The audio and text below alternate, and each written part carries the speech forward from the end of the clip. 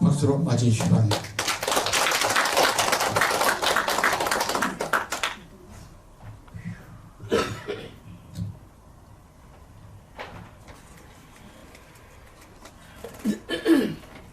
예달기요. 예달기를 강의를 하는데, 이게 이제 그 연암 박지원이 한양에서 출발해가지고 의주를 거쳐서 심양을 통해서 거치고 금주를 거쳐서 베이징 거쳐서 열화까지 갑니다. 그래서 요 과정을 여행기를 만드는데 그 열화기입니다. 요 지역이 열화인데 그 열화란 의미는 뭔가 하면 이 근방에 강이 하나 흐르는데 개천이 흐르죠. 굉장히 뜨거워요. 그래서 열화라고 합니다. 이제 이분이 박지원이죠. 연암 박지원.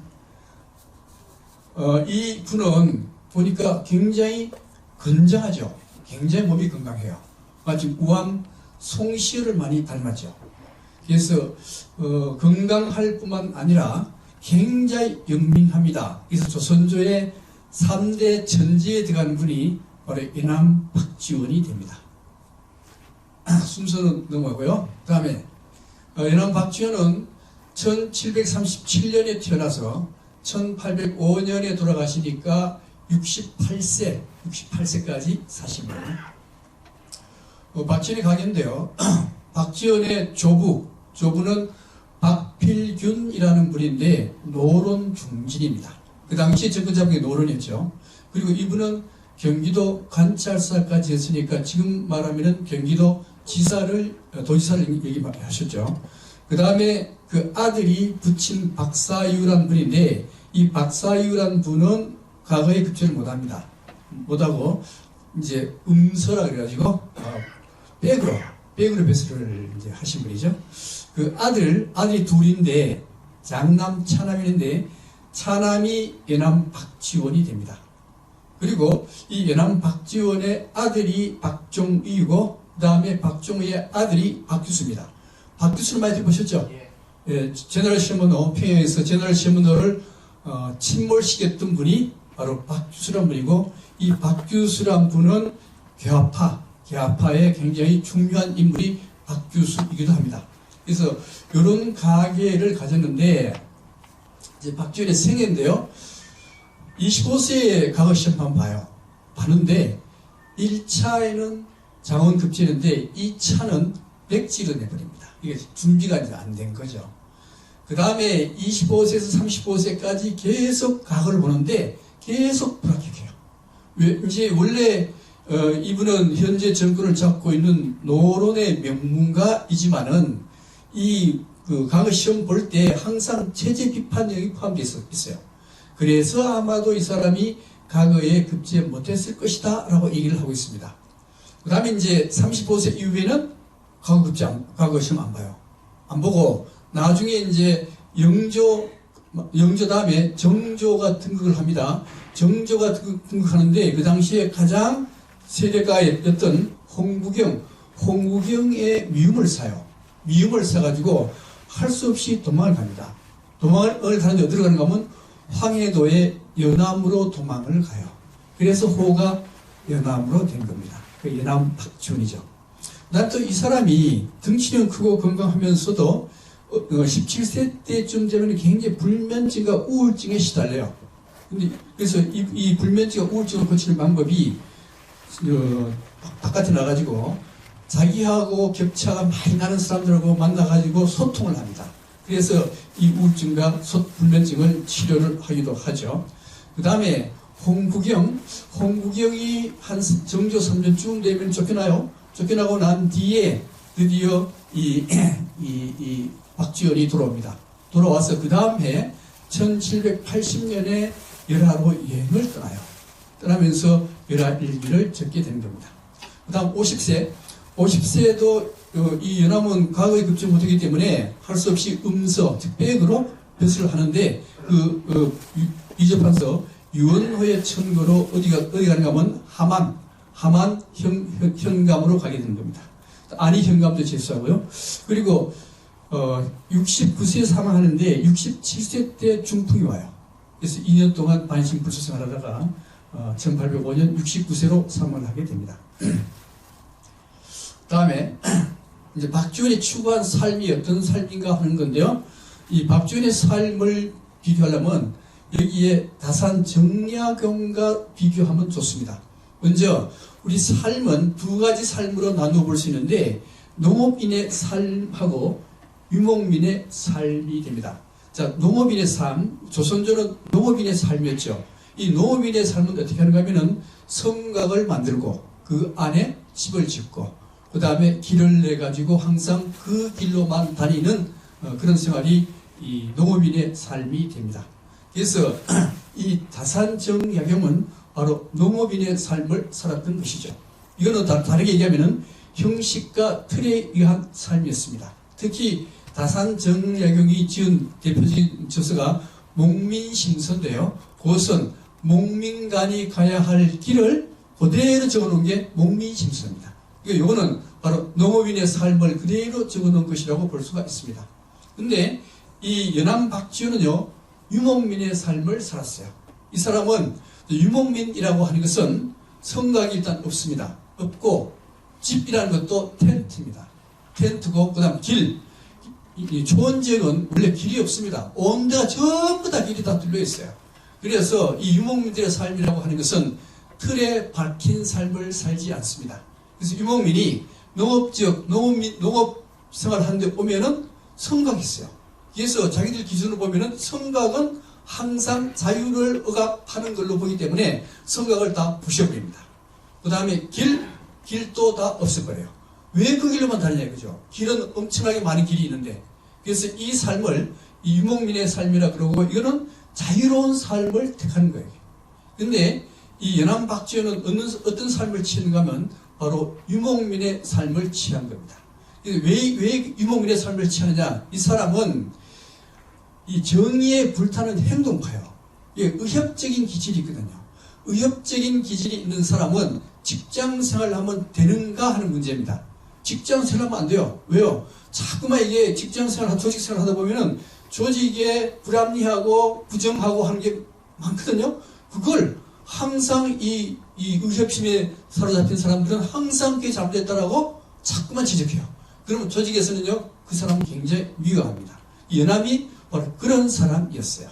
그런 사람이다 보니까 가급급제 이거 제대로 못하고 음서로 출사했지만은 불의 때는 그냥 나와버리고 이런 생활을 했던 사람이 바로 연암 박지원이 됩니다. 따라서 연암이 쓰는 열하일기는 이 유목민의 삶의 기준으로 봐야 열하일기를 잘 이해할 수가 있는 겁니다. 자, 열하일기의 여정인데요. 열하일기의 여정은 먼저 압록강 의주에서부터 시작을 해요. 근데 원래는 이 한양에서 대체로 5월 말에 출발합니다. 출발해서 거의 한 달 가까이 돼가지고 이 의주에 도착을 해요. 그래서 의주에 도착해가지고 압록강을 건너고 그다음 심양 갔다가 그 다음에 북진 갔다가 그 다음에 여기 산해강 갔다가 북경 갔다가 열하를 가는 그런 일정이 되는데 이 일정이 그 열하일기에 여기 일정대로 기록을 다 해놨어요.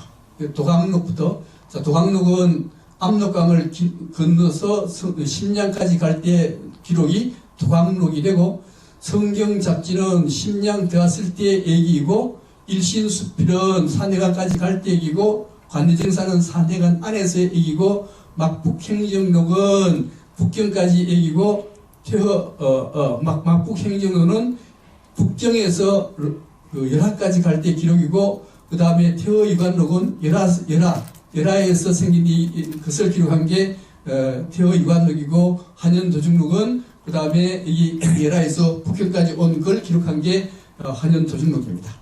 그러니까 열하일기의 여정만 따진다면은 7편까지가 열하일기의 전체 내용이 돼요. 마지막에 이게 26편까지 나가는데 26편에 있는 내용들은 이 중간에서 자기가 느꼈던 바를 기록한 게 뭔가 하면 8편부터 26편까지입니다. 그러니까 열할기를 제대로 하는 것은 다 하는 게 아니고 도광록에서부터 태학 유관록까지 하면은 거의 열할기는 다 이겼다고 볼 수가 있는 겁니다. 구성이 26편까지 되어 있고요. 그 다음에 사행단의 규모입니다. 사행단의 규모인데 청나라 사행단은 870회를 갔어요. 그러니까 횟수로 따지면 1년에 4회를 가게 되는 겁니다. 4회를 가게 되는데 한 사행단의 기간이 평균 4개월이니까 항상 국경 가는 곳은 우리나라 사행단이 항상 있다라고 보는 겁니다. 1년 내내 사행단이 있습니다. 그 다음에 사행단의 구성인데요. 적을 때는 200명, 많을 때는 500명이 넘어갑니다. 제일 많을 때는 537명까지 가요. 한두 명 가는 게 아닙니다. 굉장히 많은 인원이 사행단에 포함이 되어 있어요. 사행단의 구성은 상방, 중방, 하방 크게 세 파트로 나눠지는데 상방에는 정사가 가요. 이게 이제 사행단의 총대장이 되는 거죠. 그 다음에 서장관인데 이 서장관은 뭔가 하면 이 사행단이 거의 500명에 가까운 사행단이 가면은 거의 질서를 잡는 사람이 있어야 됩니다. 그 사람이 서장관이 되고요. 그 다음에 중방에는 부사가 갑니다.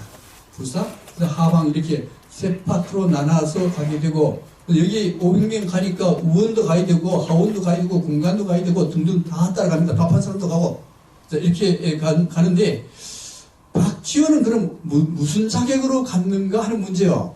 박지원은 자제군관으로 가요. 자제군관이 뭔가 하면은 이 정사, 부사, 서장관에는 이 수발을 드는 사람을 데리고 갑니다. 근데 이 정사에는 수발 드는 사람이 몇 명 가면요? 4명이요. 4명. 근데 부사는 3명. 서장관은 1명. 이걸 뭐라는가 하면요? 자제군관이라고 합니다. 그러니까 이 박지원은 정사의 자제군관으로 가요. 자제군관으로 가는데 그럼 자제군관이 자제군관이 4명인데 4명이 수발될 일이 별로 없습니다. 그죠? 그러니까 이건 무슨 소리인가 하면은 수발 든다는 핑계로 그냥 따라가는 거예요. 따라가서 구경하고 경치 구경 이렇게 하는 겁니다. 그래서 정사 4명, 부사 셋, 서장관 1명 해서 8명이 자제군관이 있어요. 이거 정식 사행단은 원래 30명으로 되어 있고요. 나머지는 전부 다 보조입니다. 보조하는데 이제 청단한테 바칠 곡물도 끌고 가야 되고, 그 다음에 이렇게 비장이라든가 역관이라든가 다 따라가면은 거의 200에서 500명 이렇게 편성이 돼요. 근데 박지원이 따라간 박지원의 정사, 박지원이 수발을 드는 정사 정명환은 이 정명환의 8촌 동생이에요, 박지원이. 근데 정명환이라는 분은 어떤 분인가 하면은 이 영조의 부마입니다. 영조의 딸 중에 하평옹주가 있어요. 하평옹주의 남편이 정명환이고 정명환의 8촌 동생이 박지원이 돼가지고 자제군관으로 따라가니까 굉장히 자유로운 활동을 할 수가 있습니다. 그래서 가면서 온갖 좋은 데는 다 둘러보고 그 다음에 모든 그 사람들하고 다 만나서 얘기도 하고 할 수 있는 사람이 박지원이기 때문에 열할기가 굉장히 풍족하게 쓰여졌다고 보는 겁니다. 열할기 과정인데 처음에 처음 나오는 게 도광록이요. 도광록이 뭔가 하면 여기 압록강입니다. 압록강을 건너서 봉황성까지 들어가는 게 도광록이거든요. 그래서 도광록의 주제는 자네 길을 아는가였어요. 길을 아는가. 먼저 한양에서 출발해가지고 의주에 도착을 합니다. 의주에 도착을 하게 되면은 의성 꼭대기에 통군정이 있는데 연행사들은 보통 통군정이라는 데에서 압록강을 건너게 됩니다. 이게 통군정이요. 통군정이 경치가 굉장히 좋습니다. 그래서 통군정에서 뭘 하는가 하면은 여기 우리 외국 나갈 때 항상 출입국 관리소에서 다 짐검사 다 하죠, 그죠? 마찬가지로 이 당시에도 통군정 근방에서 출입국 관리소에 검사를 다 받아야 돼요. 검사를 받는데 우리나라도 이 검사 받을 때 만약에 마약이나 총칼 있으면 어떻게 돼요? 못 나가죠. 못 나가고 잡혀가지고 감옥 가야 됩니다. 그죠? 여기는 마찬가지로 세 단계가 있습니다. 조금 잘못하면은 권장 맞고 가요. 그 다음에 두 번째 잘못하면은 기한 갑니다. 세 번째 잘못하면 예를 들면 뭐 마약이나 그 다음 총칼까지 있으면은 참여돼요. 그래서 굉장히 엄격한 심사를 받아가지고 압록강을 건너게 되는 겁니다. 자, 지금은 이제 압록강이 다리가 이렇게 놓여 있죠. 그 당시에는 배를 타고 건너야 돼요. 그래서 여기에 통군제 이렇게 있으면은 이제 배가 사람들이 이제 배 타러 오고 배가 들어와요. 네, 이게 정사죠, 정사, 부사. 그 다음에 서장관 이렇게 쭉 서 있습니다. 그리고 배를 타요. 자, 배를 타면서 박지현이 시를 한 소씩 있습니다. 시는 어떻게 되는가 하면 외로운 성에 비는 쏟아지는데 망망한 갈밭에 변방해가 어두워간다. 쌍나팔 소리에 말이 따라 울고 아득한 구름 속에 고국이 멀어간다. 강가의 군리는 머리에서 돌아오고 압록강 고개에서는 물이 경계를 나누고 집과 고국의 소식 이제부터 끊어지니 그리운 생각 참으며 한정없는 길을 간다. 이게 시를 한 숫자 읽고 그 다음에 강을 건넜습니다. 자, 강을 건너서 단동으로 들어가요. 단동으로 들어갔는데 이 단동이 지금 만리장성은 원래가 사대관이 만리장성 끝나는 거거든요. 끝나는데 중국이 만리장성을 연장을 시킵니다. 연장시키는데 그 단동이 만리장성의 동쪽 끝으로 봐요. 끝으로 봐서 지금 이렇게 만리장성을 이렇게 다 쌓았거든요. 쌓았는데 어디서 많이 본 듯한 모습이죠. 그죠? 어디서 봤는가 하면요. 북경의 팔달령 가면 이게 비슷해요. 그래서 북경 팔달령처럼 이렇게 만들어 놓고 원래 만리장성이 여기 있었다. 이렇게 중국은 이렇게 억지를 세우는 겁니다. 동단을 거쳐서 그 다음에 단동에서 이제 북한을 바라보면 산이 처음부터 지금은 헐벗었습니다. 헐벗고 그 다음에 집들은 이 지붕은 전부 하얀색을 칠해놨어요. 이렇게 지붕은 전부 다 의주인데 이거 북한 땅입니다. 의주인데 이렇게 지붕이 전부 하얘요. 이랄하를 건너서 그래서 압록강 비례서 바라보면 구련성입니다. 구련성으로 들어가요. 구련성. 자, 지금 현재 구련성 이래요. 자, 구련성 처음에 이제 도강 첫날 구련성에서 노숙을 합니다. 노숙하는데 이제 박지현의 일할리에서 뭐라고 적었는가 하면 노숙하는 곳을 두루 살펴보았다. 역과는 천막 하나에 3사람씩 혹은 5사람씩 들었다. 밭지는 여기가 줄을 잇고 사람 소리 말 울음소리가 시끌시끌하다. 완전히 마을 하나가 만들어진 셈이다. 이렇게 이제 기록을 했는데 원래 이게 구현성이라고 하는 것은 지금은 중국 땅이지만은 조선조에는 이게 중국 땅이 아니고 조선 땅이었어요. 그러니까 여기 조선 땅이니까 여기에 숙소를 마련해야 됩니다. 숙소 마련한 모습을 그림으로 그렸는데 이런 모습들이요. 전부 천막을 다 치니까 예를 들면 500명이 간다 그러면 천막을 몇 개나 쳐야 되겠어요? 천막을. 그러니까 천막이 엄청나게 100개 이상 천막을 치는 겁니다. 그리고 여기에 노숙을 하게 되는 거죠. 그리고 여기는 아직도 조선 땅이기 때문에 누가 이 천막을 치워주는가 하면 의주 현감이 이 천막을 쳐줘요. 자, 그러고 난 뒤에 이제 여기에서 정진사는 부사가 정원시거든요. 부사 정원시의 자진군이 정진사입니다. 정진사 보고 뭐라는가 하면 자네 길을 아는가 물어요. 길을 아는가. 근데 이게 길을 아는가 뭐 이런 길은 아니고 또 우리 길을 아는가 할 때 우리 길거리 가면은 뭐 도를 아십니까 하는 사람들은 많잖아요.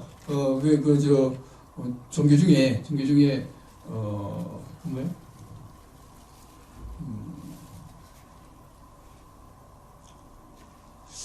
도를 아는가 뭐 그 종교 잘 모르십니까? 많이 봤죠? 여튼 신흥 종교입니다. 신흥 종교에 이 도를 아느냐 자꾸 물어봐요. 이 도라는 게 뭔가 하면 진리의 길, 이치의 길, 이런 길이거든요. 이런 길인데 그다음 박지원이 묻는 길은 이 길이 아니에요. 이 길이 아니고 어떤 길인가 하면요, 바로 이 유목민의 길을 의미하는 겁니다. 아까도 말씀드렸듯이 이거는 농업인의 길하고 유목민의 길하고 틀려요. 근데 박지원이 얘기하는 길은 농업인의 길이 아니고 유목민의 길입니다. 유목민은 항상 초원 지역에 사는데 거기는 길이 없어요. 마음대로 다닐 수 있는 게 그 유목민의 길입니다. 그래서 박지원은 유목민의 길을 아는가라고 물어본 거요. 유목민의 길을 아는가, 그 길에 대해서는 여기에 포스트 모더니즘의 질 들레즈라는 사람이 있습니다. 질 들레즈라는 사람이 노마디즘이라는 그 이론을 내세우는데 그 노마디즘의 이론을 얘기하는 겁니다. 예를 들면은 이 정주민의 삶의 사유는 국가주의거든요. 국가주의입니다. 예를 들면은 지금 이제 검찰청이다 그럽시다. 검찰청은 검사들이 어떻게 생각하는가 하면은 우리가 법을 잘 지킴으로써 대한민국이 유지될 수 있다. 그래서 우리는 검사들은 검찰총장을 중심으로 해서 일사불란하게 국가 중심적으로 나라를 지켜야 된다. 그 길이라고 하는 것은 오로지 검찰총장을 향한 외길밖에 없다. 자, 여기에 뭔가 하면 여기에 바로 이 정주민의 국가주의 사상이라고 하는 길입니다. 그 길이요. 그 길은 하나밖에 없답니다. 그런데 어떤 검사가 나와가지고 예를 들면은 그 임은정 검사 많이 들어보셨죠, 그죠? 그 임은정 검사가 제가 살고 있는 포항 출신입니다. 그 포항 출신인데 이 포항 출신인 이 임은정 검사는 어떻게 얘기하는가 하면은 그것은 틀려먹은 길이다. 틀려먹은 길이고 현재 검찰총장을 중심으로 하는 이 길은 자유민주주의 길에서 어긋난다. 그러니까 이걸 고쳐야 된다. 그래서 사사건건 트집을 잡고 사사건건 항상 이게 그 법에다가 막 재판 걸고 이렇게 하거든요. 이런 걸 가지고 뭐라는가 하면 질 들려서는 전쟁기계라는 겁니다. 이 전쟁기계가 바로 뭔가 하면요, 유목민의 삶이요, 자유로운 삶입니다. 그 다음에 항상 의협심을 가지고 있어가지고 이 의협심에 어긋나면은 항상 싸우자고 달겨드는 게 바로 이 전쟁기계요. 그래서 문제 검사는 검찰청도 고발하고 지검장도 고발하고 누구도 고발하고 고발하잖아요, 그죠? 그러니까 항상 고발해. 이 전쟁기계입니다. 이 전쟁기계인데 이거는 국가주의를 거부해요. 거부하고 항상 저항하는 모든 활동을 다 해. 이게 바로 유목민의 삶이고 연암 박지원의 삶이 바로 이런 삶이었어요. 이런 삶. 나중에 가면 이제 연암 박지원이 양반전 쓰는데 양반전 쓰는 것도 이게 우리 소설 중에 삼국지가 있고 수어지가 있어요. 삼국지는 이 길입니다. 보수주의 그런 길이고 수어전은 도둑놈들은 모여가 사는 거 아니에요, 그죠? 그것은 요 자유주의 길입니다. 그래서 자유주의 길인데 바로 이 연암 박지원이 추구하는 길은 이런 길이 아니고 자유주의 길이요. 지금 연암 박지원이 길을 아는가 물을 때는 이 유목민들의 길을 아는가 그걸 물은 겁니다. 따라서 이 열하일기 전체 간통하는 주의는 유목민의 길이요. 그래서 나중에 이제 호곡장이라고 나와요. 이 뭔가 하면 참으로 울기 좋은 장소라는 뜻인데 연암이 드넓은 초원에 갔습니다. 드넓은 초원에 갔더니만은 사방이 탁 트여 있어요. 그러니까 뭐라고 하면 야, 여기야말로 참말로 울기 좋은 땅이로구나. 이게 무슨 소리냐 하는 거예요. 이게 무슨 소리가 하면은 어린 애가 엄마의 태 안에 있을 때는 오로지 길은 하나밖에 없어요. 엄마의 영양을 받아가지고 생활하는 그 길밖에 없습니다. 그 길밖에 없다가 야가 딱 태어났어요. 딱 태어나면은 완전히 허허벌판에 태어난 거 아니에요. 허허벌판에 태어나니까 소리를 왕 우는 겁니다. 애가 한번 우는 거. 왜 우느냐?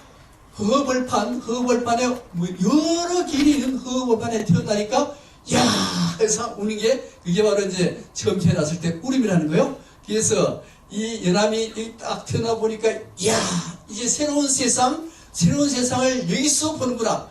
그래서 어린애가 처음 태어나서 우는 것처럼 여기서도 한번 물어볼 만한 장소가 아니겠는가? 이렇게 얘기를 하는 겁니다. 자, 이런 장소죠. 네. 그래서 호곡장은 원래가 이 북진서부터 산해관까지가 여기가요 허허벌판입니다. 여기는 허허벌판 아니에요. 여기가 허허벌판인데 여기서 호곡장이 여기서 나오는 얘기고 앞당에서 얘기를 한 겁니다.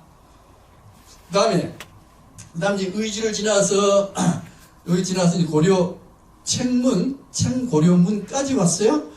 고려문까지 왔는데 지금은 중국과 북한과의 국경선이 압록강이지만은 조선조 때의 국경선은 압록강이 아닙니다. 아니고 여기 청문 쪽에 여기가 국경이에요. 그래서 여기에서 넘어가면은 드디어 청나라 땅이 되는 겁니다. 청문에서는 뭘 하는가 하면요. 청문에서는 여기서 무역을 해요. 여기서 청문에서 이제 그 사행단을 따라서 장사하는 사람들이 많이 따라와요. 네, 따라오고, 그 다음에 중국 쪽에서도 물건을 가지고 여기에 만납니다. 서로 만나서 여기서 장사가 이루어지는데 이걸 뭐라고 하면요. 청문후시라고 해요. 그 다음에 지금 500명 가까이, 지금 이제 그 박지원이 가는 270명, 274명이 가요. 이제 사행단이 발갈 때는 500명까지 가거든요. 그러면은 그 경비가 어마어마해요.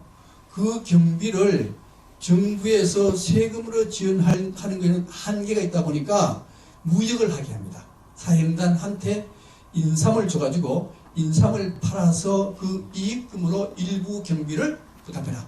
그래서 이걸 뭐라고 하면요. 팔포무역이라고 합니다. 여기까지 좀 보여줘요. 그 다음에 저기 청문에서 봉황성인데 지금부터는 청나라 땅입니다. 청나라 땅이니까 이 청나라 관리가 나와가지고 봉황성까지 이렇게 안내를 해줘요. 안내해서 드디어 봉황성으로 들어왔습니다. 봉황성 들어오면 이게 오룡산이 있는데 대충 한 860m 산입니다. 근데 여기 이제 비가 와요. 비가 오니까 못 가잖아요. 그죠? 때때로 비가 올 때도 가요. 가는데 비가 많이 오면은 못 가고 텐트 치고 그 생활을 합니다. 생활하는데 이제 거기서 또 이제 노름도 해요. 도박도 합니다. 도박하는데 지금 연안박지원도 자기 도박판에 자꾸 끼어달라 그래요. 끼어달라 하는데 안 끼어져. 안 끼어지는데 어쩌다가 끼었어요. 어쩌다 끼어서 연안박지원이 몽창 돌을 땄네. 아니까 그 다음에 옆에 있는 사람이 더 하자. 그러니까 밖에 절대 더 안 해. 더 안 하면서 뭐라고 얘기하는가 하면 성공한 곳에는 두 번 안 가고 만족을 알아차리는 것이 이투럽지 않다네. 그러면서 돈 따먹고는 안 해요. 그 다음에 이제 봉황성을 지나서 여기 산에가 있으면 연산간이라는 데 있습니다. 연산간을 통해서 요양로 들어가는데 이 연산간이라는 것은 어떤 곳인가 하면은요. 자, 청나라 황태극 청태종이 되는데 황태극이 이제 왕위에 올라가서는 조선 왕 보고 사신 보내라. 그래서 사신이 왔어요. 즉위식 때 왔죠. 즉위식 때. 누가 하는가 하면 나덕헌이가 청나라 태종 즉위식에 갔습니다. 가가지고는 즉위식에 참석을 안 해. 참석 안 하고 시큰 두들겨 맞아요. 시큰 두들겨 맞고 국서를 받습니다. 국서를 받는데 그 국서의 내용이 뭔가 하면은 인지를 보내라 했어요. 조선의 왕자를 청나라의 심양으로 인지를 보내라는 내용이었습니다. 그 내용을, 그 국서를 나덕헌이가 연산간에서 버려버립니다. 버리고, 그리고 조선으로 들어와가지고, 여기 갔다고 욕도 좀 먹고, 기양도 갔다가, 나중에 참석 안 하고 두들겨 맞았다는 알고는 다시 복귀가 되는데, 이 연산간에서 국서를 버림으로써 청나라는 병자호란, 정묘호란을 일으키는 계기를 주어집니다. 어디서? 연산간에서. 그래서 정묘호란이 일어나고, 그 다음에 병자호란이 일어나게 되는 겁니다. 그 다음에, 이제, 곧 지나면 청성령을 지나거든요. 청성령, 봉황성 지나서 조금 지나면 여기에 청성령이 있습니다. 청성령인데 지금 이 길이요. 의주에서 심양까지 가는 길이 무슨 길인가 하면은 병자호란이 일어났죠. 그죠? 병자호란에서 인조가 항복을 했습니다. 항복하고 난 뒤에 병자호란 그때 청나라 병사들이 포로를 엄청나게 잡았습니다. 얼마나 잡았는가 하면 50만에서 60만을 잡았어요. 50만 원씩 60만 원씩 하면은 경기도 일대의 사람들을 다 잡은 거예요. 잡아가지고 포로로 끌고 가는 길입니다. 이 길이 포로로 끌고 가는 길이에요.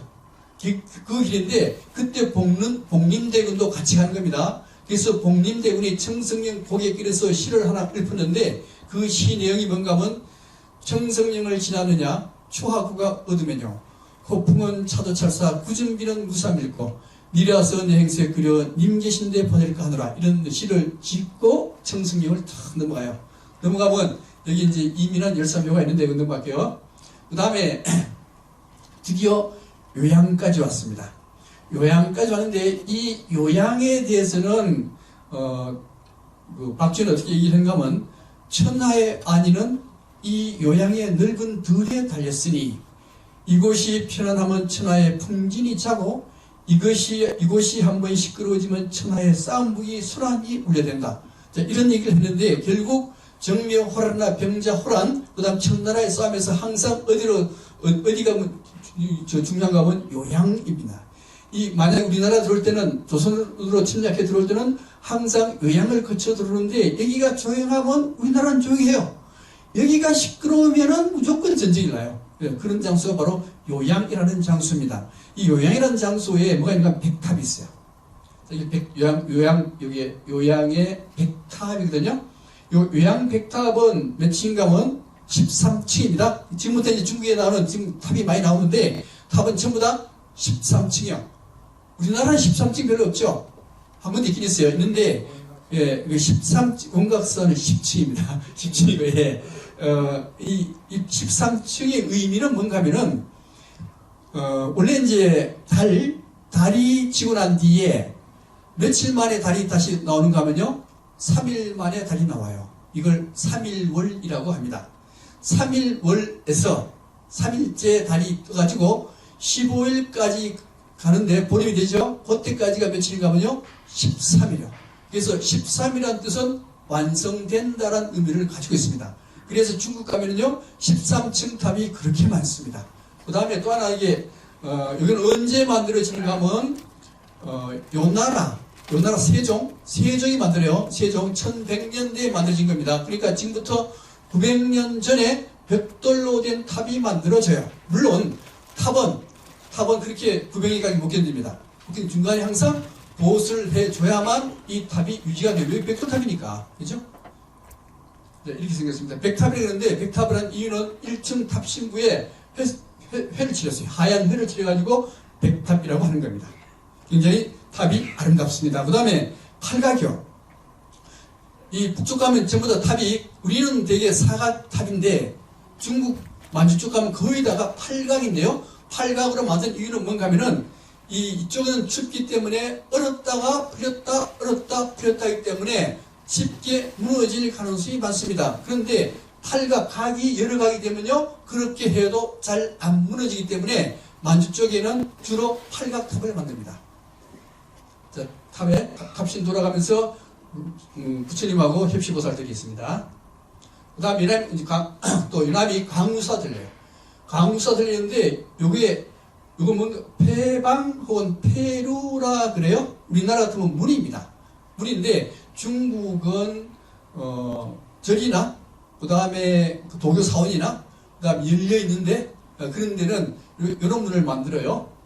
우리는 정교문이라고 만드는데 중국 사람은 이렇게 폐방 혹은 페루를 만드는데 이게 중국에 있는 페루 중에서 가장 큰 페루입니다. 페루 이게 언제 만들어진가 하면요, 명나라에서 만들어지고 청나라 때 이제 개축하는 거 있죠. 예. 그 다음 그 안에 천왕전이 있고요. 또 천왕전, 예. 천왕전 안에 간음상하고 신장이 있고요. 정산에 미륵보살이 있고, 대웅전 안에 부처님이 굉장히 큰 부처님이 있어요. 대웅불전에 굉장히 큰 부처님인데 사람 키가 요만하니까 이게 사람이거든요. 이거는 엄청나게 커요. 중국은 문화재가요, 대체로 엄청나게 큽니다. 그래서 관광에 제일 큰 요소가, 제일 중요한 게 뭔가 하면 덩치가 커야 된다 이거거든, 그죠? 덩치 큰 게 굉장히 많아요. 그 다음에 간제비도 들렸고요. 그 다음에 이제 요양에서 여기 뭔가 하면 여기에 혼화라 그래요. 혼화라 그러는데 일명 심하라고 합니다. 심하라 그래서 여기에 심양이라는 이름이 된 거예요. 이제 요 강을 건너는데 요 강을 건널 때는요 누구든지 가마에서 내려서 말을 타고 가야 됩니다. 근데 병자호란 끝나고 난 뒤에 소원세자하고 복림대군 세자빈이 가마를 타고 갔죠, 그죠? 가마를 타고 가는데 요 강을 건널 때는 가마에서 내려서 말을 타고 들어간 거예요. 세자빈도 말을 타고 들어갔습니다. 그래서 굉장히 좀 말을 탈 때 얼마나 슬펐겠어요. 그 다음에 심양 외곽에 무구증강탑이 있는데 이것도 마찬가지로 1200년대에 만들어져요. 이건 팔각 13층 탑이고 이것도 하얗게 칠해서 100탑입니다. 이게 이런 모습들. 그 다음에 실승사. 요양에 실승사가 있는데요. 원래 이 라마교는 어디 종교인가 하면은 티베트 종교입니다. 티베트 밀교를 라마교라고 해요. 자, 이 티베트 밀교가 어디로 들어가는가 하면은 몽골로 들어가요. 그래서 몽골도 라마교입니다. 티베트도 라마교. 그래서 중국 청나라는 원래 만주족 출신이기 때문에 문수보살 좋아해요. 좋아하는데 그래도 티베트나 그 다음에 몽골 쪽하고 잘 지내려면은 그쪽 종교를 받아들일 필요가 있습니다. 그래서 여기에 실승사를 탁 만들어요. 라마교인 실승사를 만들었습니다. 그래서 여기 보면은 타르초거든요. 이 타르초는 뭔가 하면은 우리가 저리 가면은 경전을 집어넣고 한번 뺑 돌리면은 경전 다 읽었다 하는 거죠, 그죠? 예. 이렇게 하는데 여기는 이제 경전입니다. 경전인데 바람이 이렇게 불면 이게 벌럭벌럭 하잖아, 그죠? 그러면 한 번 다 읽었다 보는 거예요. 네, 그래서 이게 타르초라고 합니다. 이건 어디 있는가 하면 티베트 밀교에 있어요. 실승사에 드시는 불상들입니다. 그 다음에 심양에 대해서 태자를 건너고, 그 다음에 드디어 성경 심양에 들어갔습니다. 심양 들어갔는데, 이제 성경 잡지라 그러는 것은 이제 아까 강을 건너가지고 두 번째가 성경 잡지인데, 이 성경이라는 것은 심양입니다. 심양에 있었던 5일간의 기록을 성경 잡지에다가 이렇게 기록을 했던 겁니다. 현재 심양은 이래요. 그렇습니다. 굉장히 뻔쩍뻔쩍하죠. 그 다음에 청나라의 수도가 원래 심양이었습니다. 청나라 수도의 심양인데 여기에 북시장국을 갑니다. 심양에 공원에 가게 되면 여기에 청나라의 황제의 상을 다 만들어놨습니다. 청나라 황제가 몇 명인가 하면요? 12명이 돼요. 그죠? 12명이 되는데 그 중에서 걸륭제까지가 굉장히 중요해요. 첫 번째 원감은 청태조 누라치입니다. 누라치가 죽고 난 뒤에 청태종이 등장하는데 이 청태종은 누군가 하면 병자호란을 일으켰던 사람이 청태종입니다. 청태종인데 이 청태종이 뇌출혈로 죽어요. 뇌출혈로 죽고 난 뒤에 나이 어린 순치제가 왕으로 등장하는데 이 순치제는 황후의 아들이 아니고 후비인 장비, 원래 장비입니다. 장비의 아들이요. 나중에 효정왕후로 되는데 이 장비의 어린 아들이 순치제가 돼요. 근데 실권은 누구한테 실권이 가는가 하면 이 청태종의 동생 인섭중왕 도르곤한테 모든 실권이 갑니다. 그래서 이 도르곤이 모든 걸 다 통치를 해요. 통치하는데 그래서 또 섭중왕 도르곤이 이 효장왕후를 옛날부터 사랑했어요. 그래서 효장왕후가 도르곤한테 다시 시집을 오게 됩니다. 결국 청나라가 이 효장왕후가 왜 다시 시집하는가 하면 이 청나라를 안정시키기 위해서는 도르곤을 마음을 사면 안 된다. 그래서 시집을 와가지고 효장왕후에 의해서 모든 것들이 다 이루어집니다. 다 이루어지는데 여기 문제는 섭중왕 도르곤이요 순치제가 어릴 때 이제 왕궁에서는 형벌을 줄 때 굉장히 잔혹하게 형벌해요. 굉장히 잔혹하게. 그 잔혹한 형벌을 순치제한테 보여줘요. 순치제가 너무 놀라가지고 오줌을 싸버렸어요. 오줌을 싸고 난 뒤에 나중에 순치제가 굉장히 성장했을 때도 난 정치 못하겠다. 난 정치 떠나야 되겠다. 그래서 정치에 떠납니다. 정치에 떠나면서 스님이 돼버려요. 스님 되고 나니까 그 다음에 아들들은 나이 어린 아들들밖에 없어요. 그래서 아들들 다 모아놓고 그 중에서 가장 뛰어난 놈을 고릅니다. 뛰어난 놈을 고를 때 전체적으로 뭔가 하면 좀 오래 살려. 체험을 봤을 때. 그 다음에 똑똑한 놈을 골랐는데 누군가 하면 강희제입니다. 그래서 강희제는 7살에 왕위에 올라요. 7살에 왕위에 올랐을 때 모든 걸 주시했던 사람은 효장황후가 모든 걸 다 주시해줍니다. 그래서 이 강희제가 얼마 동안 왕위에 있는가 하면요. 61년간 왕위에 있어요. 그래서 68세 때 사망합니다. 근데 이 강희제가 얼마나 통치를 잘했는가 하면은 중국의 지금까지 황제들 중에 최고의 황제가 강희대작이죠. 강희대제입니다. 이렇게 통치를 잘했어요. 그러고 난 뒤에 아들 옹정제한테 왕위를 넘겨주는데 이 옹정제는 13년 동안 왕위에 있다가 누구한테 넘겨준가 하면요. 걸륭제한테 넘겨줘요. 자, 걸륭제한테 넘겨주는데 이 걸륭제는 왕위를 얼마 있는가 하면 강희제와 똑같이 61년 왕하고 88세인가 80세인가 돌아가셔. 근데 지금 이제 사행단이 가는데 사행단이 왜 갔는가 하면은 걸륭제 70세 생일 축하하기 위해서 한 거예요. 그래서 이제 걸륭제를 보러 이제 가는 겁니다. 근데 요때 강희제부터 걸륭제까지 거의 130년 이상이 중국 청나라의 가장 강할 시기입니다. 이때는요, 세계에 내놔도 세계에서 가장 강한 나라가 요때 청나라예요. 근데 조선조에서는 어떻게 했는가 하면 요때 국벌정책, 청나라를 쳐야 된다 했거든요. 청나라를 쳐야 되는데 과연 칠 수 있을까요? 못 칩니다.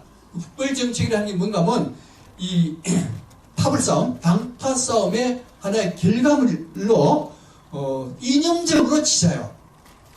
이 치자는 국벌론자들도 치면은 진다는 거 다 알아요. 알면서도 그냥 치자 이념적으로 이렇게 했던 게 바로 국벌론이고 이 당시 이때가 최전성기였습니다.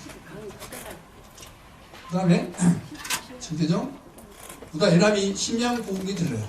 심양고궁이 들리는데 이 심양고궁인데 이게 이제 순치제, 이게 아까 봤던 요 순치제 때 도르곤에 의해서 북경이 점령됩니다. 그래서 순치제가 수도 서울을 심양에서 북경으로 옮겨가요. 그래서 순치제 이전에 서울이 심양이었어요. 심양고궁 이게 화려하지 않고 그렇게 크지도 않습니다. 심양고궁이고 여기에 조선관이 있는데 이 조선관이 뭔가 하면은 소현세자 앞에 갔었지, 그죠? 소현세자하고 강빈이 있었던 장소가 여기 조선관이 됩니다. 그 다음에 회방, 숭정전. 근데 이제 여기 들어가서 이래요. 원래 이 땅은 조선 땅이다. 조선 땅이다. 한나라 때 사군 두었을 때는 이곳이 낙랑의 군청이었고 원위수당 때는 고리에 속했는데 지금은 성경에 그런데 사실은 이게 우리나라 땅이다. 이렇게 이제 얘기를 합니다. 숭정전 내부요. 그다음 숭정전 편액. 이 편액에 여기에 후계자를 이름을 써가지고 뒤에다 감춰놔요. 남들이 다 볼 수 있는 위치죠, 이게. 근데 왜 이렇게 하는가 하면 우리나라 조선조는 전부 다 장자상속이잖아요, 그죠? 장자상속인데 중국 청나라는 장자상속이 절대 아닙니다. 왜요? 만약에 장자가 멍청이로 태어났다. 그럼 어떻게 할 거예요? 안 되잖아요, 그죠? 그러니까 그걸 염두해가지고 황자들이 많으면은 그 중에서 가장 똑똑한 놈을 골라서 황제로 만들어줘요. 만들어주는데 결정이 안 되다 보니까 왕자들 사이에 자꾸만 싸움이 나요. 싸움이 일나니까 이 황제가 다음 황제에 등극할 사람 이름을 적어가지고 이 뒤에다가 감춰 놓습니다. 그래서 황제가 죽으면 이걸 딱 봐가지고 황제로 정하는 거예요. 그 다음 대정전인데 대정전은 경복궁 같은 근정전입니다. 누가 이 루인데 이거는 경희루와 같은 거죠. 그 다음에 요 심양 시내인데 남탑공원이라는 거 있어요. 여기 남탑공원입니다.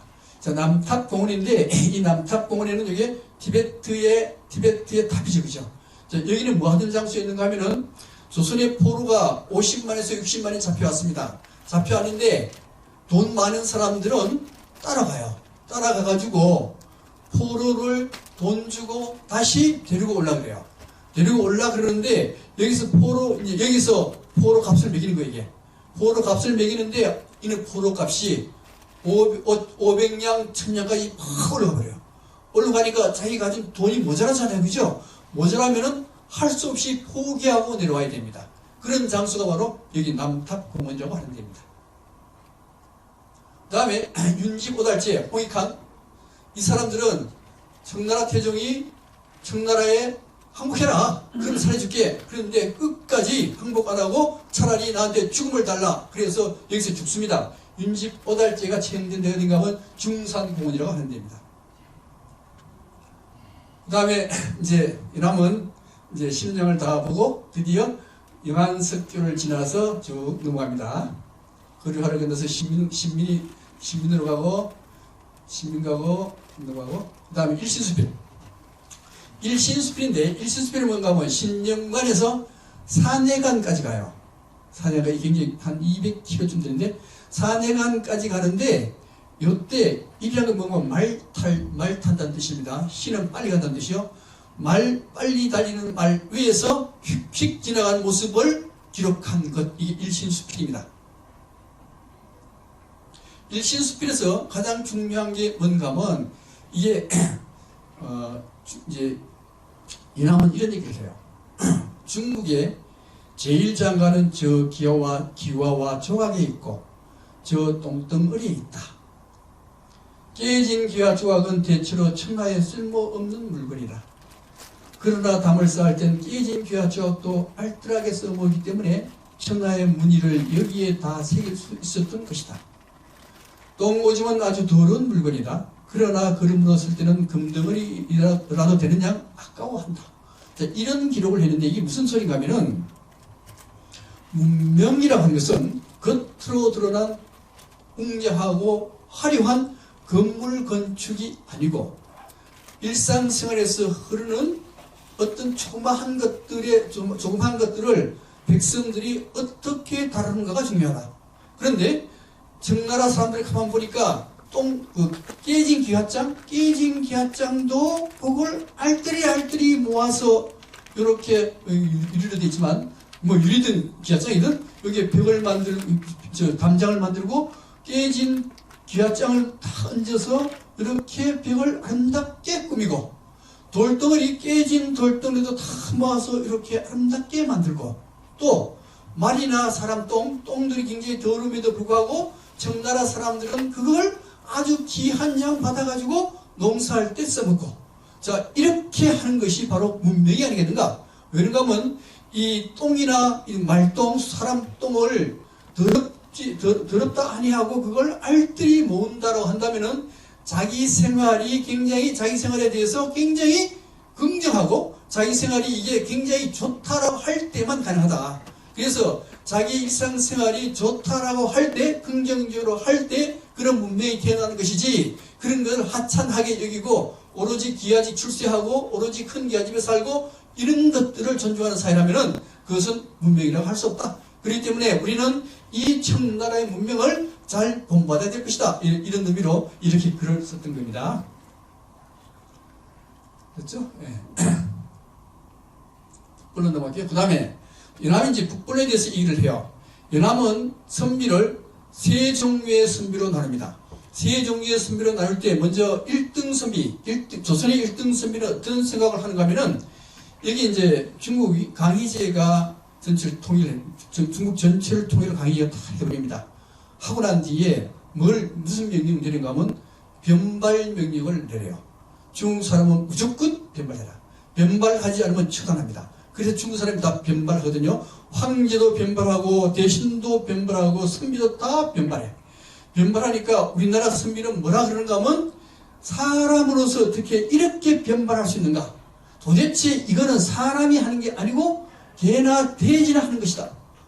이렇게 생각하는 게 그게 조선의 인류 선비다 이렇게 얘기하는 겁니다. 다르게 얘기하면은 자 우리는 우임을 하죠. 그죠? 우임으로 하는데 오랑캐는 그걸 자임으로 하니까 이놈들은 개화되지 같다. 이게 똑같은 거예요. 이래 하나 저래 하나 무슨 차이가 있겠어요? 아무런 차이가 없고 변발을 하나하나 그게 생활하는데 무슨 차이가 있습니까? 그런데도 조선의 인류선비들은 그 짓하고 있다 이거예요. 그 다음에 이류선비입니다. 자, 이류선비를 하는 건 뭔가 하면은, 자, 청나라가 중국에 쳐들어갔어요. 쳐들어가가지고, 옛날부터 내려오던 이 자금성이잖아요. 그죠? 자금성은 명나라 사람들이 만든 겁니다. 자, 자금성을 그대로 차지하고, 그 다음에 진나라나 위나라에 그대로 제도를 차지하면서, 이 청나라가 싸움을 걸어서 중국의 중화민족을 온통 피바다라 만들어버렸다.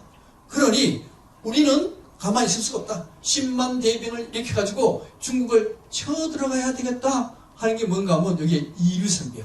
근데 일류선비보다 좀 낫습니다. 그런데 그 다음에 삼류선비를 또 얘기해요. 삼류선비는 뭔가 하면은 지금 청나라에 가보면은 조선조하고는 천지차의 문명이다. 천지차의 문명인데 우리는 그걸 배워야지. 그걸 깎아내리고 그걸 공격하고 하는 게 말이나 되는 소리냐. 그래서 이 청나라의 문화 문명을 받아 배워야 된다라 하는 것을 삼류선비다. 그래서 이게 이제 박제가 박지원, 홍교익 이런 사람 전부 다 삼류선비. 실제로 삼류선비가 최고의 선비라고 얘기를 하는 겁니다.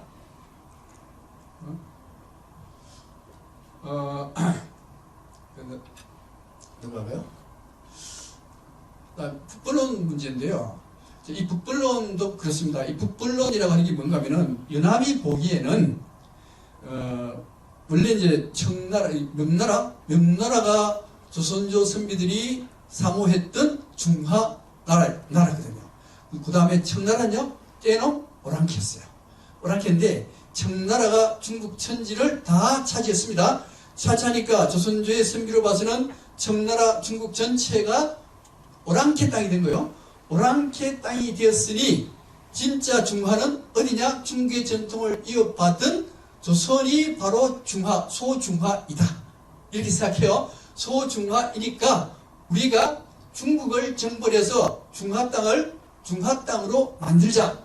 이게 조선조의 선비들의 생각인데 실제 조선의 그 당시에 중국을 공격할 여력이 되는가 하는 문제인데 절대 안 되죠. 중국은 세계 최강, 청나라는 세계 최강이고 조선조는 병력이 별로 없어요. 싸움 걸어봤자 집니다. 지는데도 불구하고 북보를 주장하는 쪽이 뭔가 하면요, 보수세요. 보수주의자인데 보수주의자가 맨날 때려잡자 오랑캐거든요. 때려잡자 오랑캐가 나중에 이제 이게 뭐냐면 때려잡자 공산당이 똑같이 이긴다. 보수고, 이 보수가 사실은요, 한국의 주류 세력입니다. 진보는요, 주류 세력에 잠깐 끼었다가 또 빠져나갈 세력들이에요. 예, 그래서 그 관계를 나타낸 게 바로 북벌이다. 북벌이 다른 게 아니다. 진보와 보수의 싸움일 뿐이지 실제 북벌할 수는 없는 거다. 이렇게 보는 게 연합의 생각입니다. 그 다음에 신민.